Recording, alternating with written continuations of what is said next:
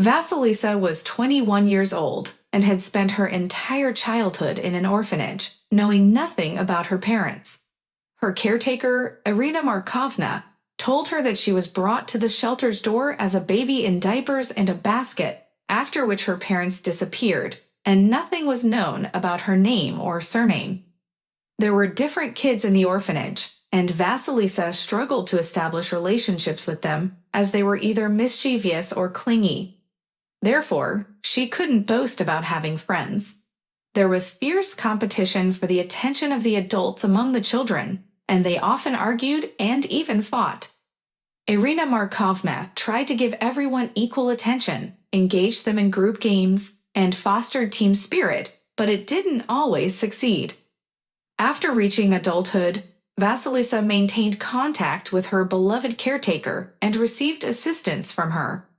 The elderly woman helped her secure an apartment and actively assisted in finding employment because Vasilisa now had to take care of herself independently. Employers were reluctant to hire an orphan who knew little about the modern world, fearing that she would need a lot of time to adapt. On her fifth attempt, Vasilisa managed to find work as a waitress in a decent restaurant.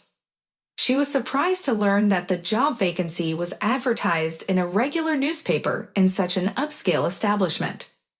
She was unaware of the high turnover rate in the restaurant and how some new employees couldn't endure the conditions for more than 2 weeks. But Vasilisa was enthusiastic about being accepted for the job. However, on her first day at the new place, she noticed the pitfalls of the profession. The manager, Oleg, was unpleasant and quarrelsome, demanding unquestioning obedience and discipline from the staff. He fined employees for the slightest infractions, whether it was being a couple of minutes late, untidy appearance, appearing drowsy, or carelessly spoken words. He confiscated the tips earned by the waitstaff, considering that they were already paid enough. Oleg kept the money in a special locked briefcase that he carried with him. He was greedy and guarded the restaurant's finances as if he were the owner, holding onto every penny. The man was a compulsive gambler and used the stolen money to gamble in casinos. But he couldn't part with his own funds because his strict spouse would discover his gambling habits and create a huge scandal. Additionally, Oleg adhered to the principle that the customer is always right and punished employees for any improper or disrespectful behavior towards restaurant guests, even if all arguments in their defense were futile. Vasilisa learned from her new colleagues that the manager had fired her predecessor because she couldn't tolerate the rudeness of a regular, flamboyant visitor. Vasilisa burst into tears and, in anger, decided to remove her apron and go home. However, the man deliberately poured juice on her to demonstrate his superiority and humiliate her in front of everyone present. The guest was drunk, and as a result, his manners completely vanished. Seeing such a scene, Oleg sided with the guest and even arrogantly encouraged such treatment of the employee. But there were also pleasant moments in the restaurant. For example, Vasilisa got to know Maxim, a 25-year-old guy who worked in the kitchen. He helped the chefs with minor tasks, cleaned vegetables, chopped them, and sometimes stood at the sink to wash a pile of dirty dishes. "I dream of becoming a chef," Maxim confessed with a modest smile. "But for now, I have to endure this demeaning work. I don't see anything wrong with it, but Oleg, he won't let me advance. Although I cook quite well, I studied at culinary college and even completed additional courses. But for him, it's just pieces of paper, educational documents. He thinks I'm too young to be a professional." "Nonsense, your abilities were confirmed by the chefs and instructors, and that one, what does she know about it?" she exclaimed, the girl whispered. "Be quiet, don't talk like that about him, otherwise, he'll report it quickly. And we have our own informants in the team, so be careful with your words," her friend warned and returned to work. "I'm glad you're here, I blush too," Vasilisa said. Through regular conversations with her friend, Vasilisa learned that Maxim lived with his sick mother, and his small salary went towards her treatment. She felt sorry for him as well as the other colleagues, although no one else showed either sympathy or disdain for the girl. But they didn't pity her either because she was different from the rest. The restaurant staff hadn't seen such resilient newcomers in a long time. Over the years in the orphanage, Vasilisa had seen a lot, so she possessed great patience and resilience. These qualities and her character didn't sit well with Oleg. That's why he made a bet with the head chef, betting a significant amount that the girl wouldn't last a month. One evening, a somewhat intoxicated Dmitry Drozdov, a local deputy who had earned a bad reputation among the staff of various establishments, showed up at the restaurant. The waitresses immediately averted their gazes. I understand that the show is about to begin, Vasilisa thought. The thing was, this very man had spilled juice on the fired Vita and Vasilisa, the waitress. He behaved rudely and always got away with it. To the relief of the others, it fell on Vasilisa to serve the deputies for the entire evening. Oleg took care of that, wanting to break the quiet but defiant employee. In his usual manner, Drozdov, noticing the new face, began to mock the girl. A fresh face, so charming. But are you sure being a waitress is what you need? You would have quickly succeeded in a different business and earned more. The man laughed obscenely. What would you like to order? We have updated our menu. I recommend trying our new items. Vasilisa calmly spoke with a smile. Let the lewd jokes of a drunk guest go in one ear and out the other, he praised. I mean you. Looks can be deceiving. I liked your predecessor more. At least she talked to me, but she was also a fiery, not bad. You'll get used to it. Drozdov laughed and patted the girl on the back. She immediately recoiled. Take the order. The man latched onto her, demanding that she tell him about each type of wine listed in the menu so that he could choose a suitable one. After getting rid of the unpleasant guest, Vasilisa hurried to the kitchen to relay the order to the chefs. Drozdov the drunk called the girl several more times for trivial requests, making her run back and forth, questioning her about the composition of the dishes in her past, her plans for life. It was impossible to please him. Vasilisa held on with all her strength. She was already exhausted and couldn't bring herself to smile at this arrogant man as the restaurant rules required. Oleg, observing the new employee's torment, rubbed his hands with glee. Video for the guests and his business was taken care of. Drozdov was doing poorly, so he liked to visit various establishments and take out his frustrations on the staff to blow off steam. Because they couldn't argue with him or else they risked losing their jobs. How he irritates me, a frustrated Maxim hissed in the kitchen, watching Vasilisa struggle while carrying out Drozdov's demands. She's wasting her time with him. The head chef stopped him. Don't be a hero. Here, what do you need?